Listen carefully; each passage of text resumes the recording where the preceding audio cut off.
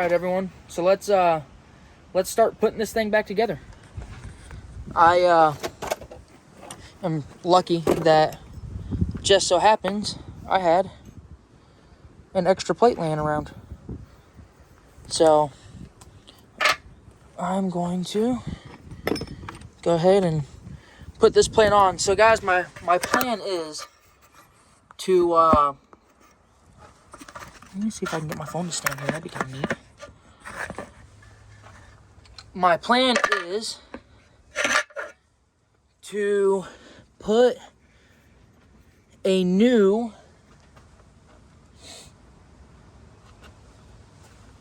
timing set on here. And yes, obviously I realized that I'm going to have to pull all this stuff back apart. Wow, I tried to clean all this, but I guess where I couldn't see. I didn't do a very good job. I'm going to put a new timing set on, and I know I'm going to have to take the front of the motor back apart. But if the cam is installed, I don't have to take the intake and stuff back off. So I don't plan to. That is not right. Let's try this again. This should go like that. No, it shouldn't. What am I doing here? Does it go like that? It's gotta go like back bottom. Does it go like? Guys, I'm struggling here. I lined it up with the other one yesterday. I know it's the right one. That's the bolt hole. That goes, oh, like that. Jeez. Brain fart.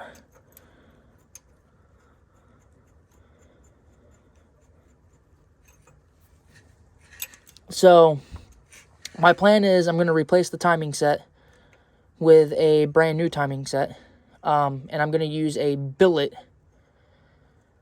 timing set with a Torrington bearing.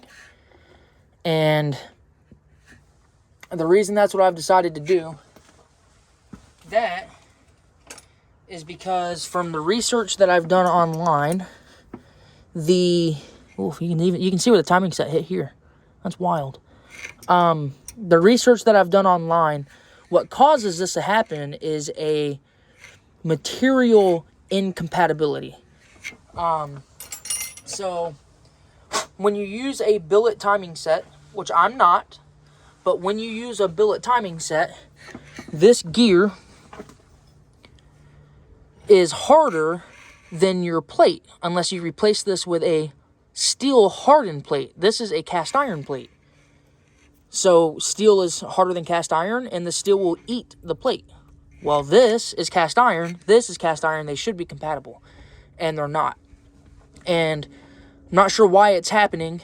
But the reason that it keeps eating the front side is because as the cam drives the distributor, which drives the oil pump, that distributor gear pulls the cam in towards the motor like that, which is pulling this in towards the motor. And this is, for some reason, unknown to me, I don't know why it's doing it, but for some reason, this is eating into this plate. It's done it to two of them now. Like I said, I don't know why. I've checked thrust both times to make sure the thrust was okay, and it appears as though it's okay. So I don't know what's causing it. All I know is one of the solutions is to replace this thrust plate with one that takes a Torrington bearing on the inside, and then I'm going to get a billet roller timing set that this flat area right here that rides on this is going to be a bearing. They sell them, and it's going to be a bearing. So now that I know that, that's what my plan is. Because I know of no other reason why this would be eating that. But I do know that for one track outing for a weekend, it's not going to hurt anything to run this. So that's my plan. So let's, I'm going to put you guys on a time lapse and leave my phone here for as long as I can and let y'all watch me put all this stuff together. Well, guys, I appear to have a little bit of a problem. This is my old cam bolt and it doesn't fit. So I'm going to have to try to find a bolt that'll work in here. So I will be back once I find a bolt. Alright guys, I found a bolt. It's very odd. It's a fine thread big boy. So this is the stock size bolt, and that's the one that goes in it. And then the stock is coarse thread, and this is fine thread. So, oof, and those threads are sharp. Wow, they cut me. So, a little strange to me, but whatever. I'm going to put on, what did I do with it? Right here. Uh-oh. Well, I was going to use the oil sling, but I don't think I'm going to be able to. And that goes inside there. So, let me find a washer for this. Where? You're going to help me work on my car? Yeah. Yeah. Alright guys, I found a bolt. Or bolt and washer actually that will work. And apparently my daughter is going to help me work on my car, so. Pull that in. Tighten this down.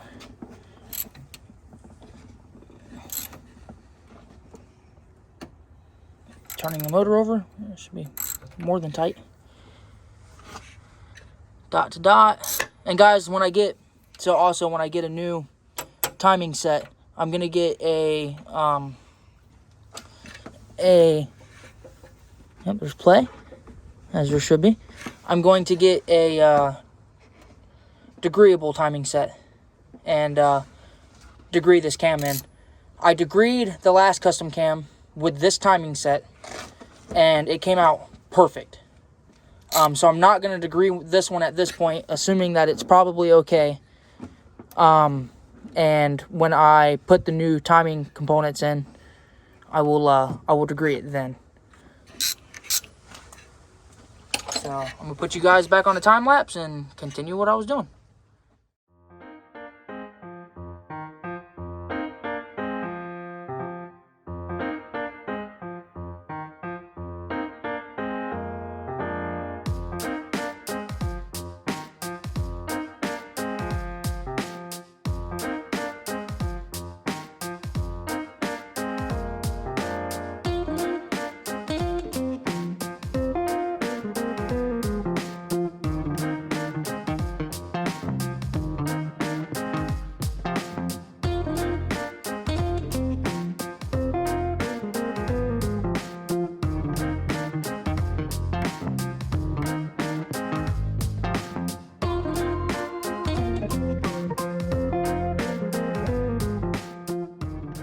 Alright guys, so I figured with this last set, I'd kind of show you what I've been doing with all the other ones.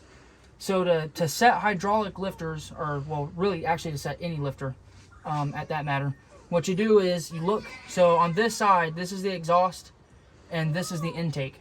So I'm looking for the exhaust, or the intake right now, to just start to close. And you'll see that push rod start to drop. Okay, that push rod started to drop. So then what I'm going to do is set the exhaust. So you set the rocker on there, and because these are hydraulic and I'm not lashing them, I'm setting preload. What I'm going to do now is spin the push rod until I feel just a tad bit of resistance. And then I know from experience that with these particular rockers and locks, that a half a turn gets me the preload that I'm looking for. So I'm doing 2 45s. So I'm going to turn 45, or I'm sorry, 90. I'm doing 2 90s. And 45, or 90, Jesus. And that should be 1/2 turn. And then I'm going to lock it.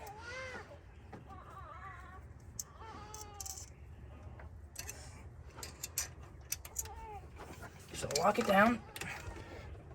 And I always do it nice and tight. And then what I do once I get it snug is I always just bump that just a little tight. And that confirms that it's locked down.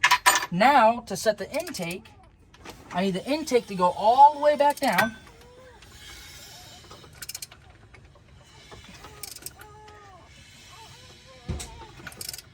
And when the exhaust just starts to open is when you set the intake. So we're looking for the exhaust to just start to open. Right there. So now we're going to do the intake, and we're going to do the same thing. We're going to set this on. We're going to screw our lock down. You push them back and forth. Mom, what is this? We're going to set it to 0 lash. So right when I just start to feel the rocker, touch the push rod. And then I'm going to do It's locked. You gotta a 90-degree turn.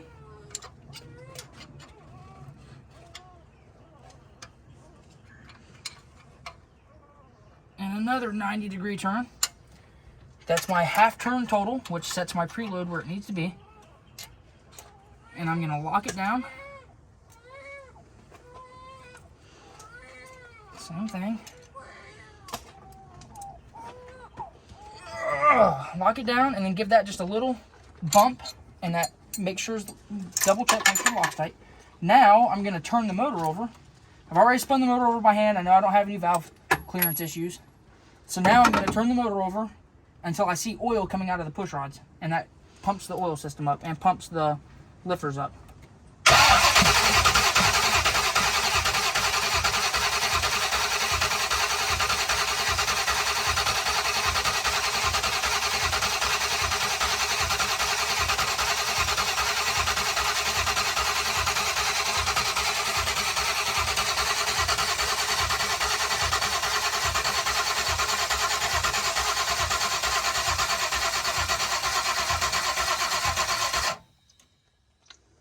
There it is, right there. You can see the oil running down into the rockers. You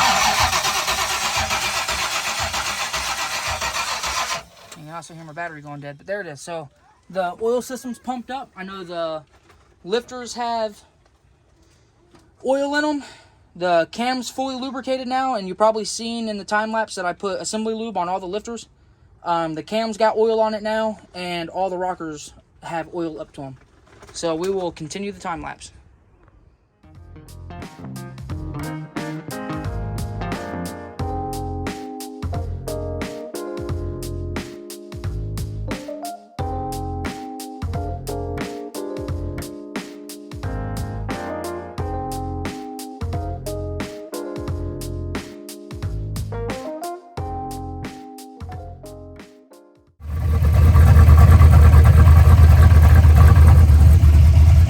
Good to go.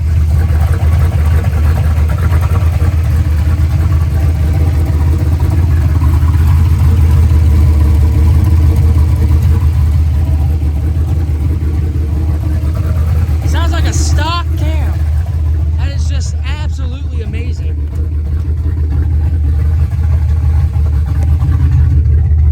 I'm idling at around 700, and it sounds like a damn stock cam. See if I can get it to idle any lower.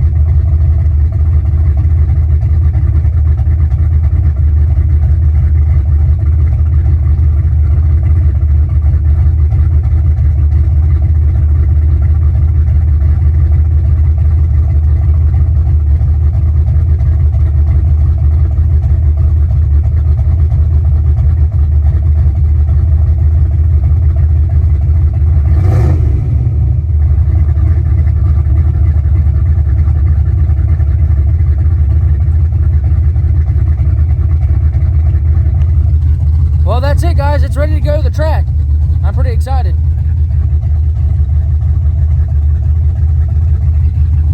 I'll catch you in the next video. Like and subscribe. Click the bell notification.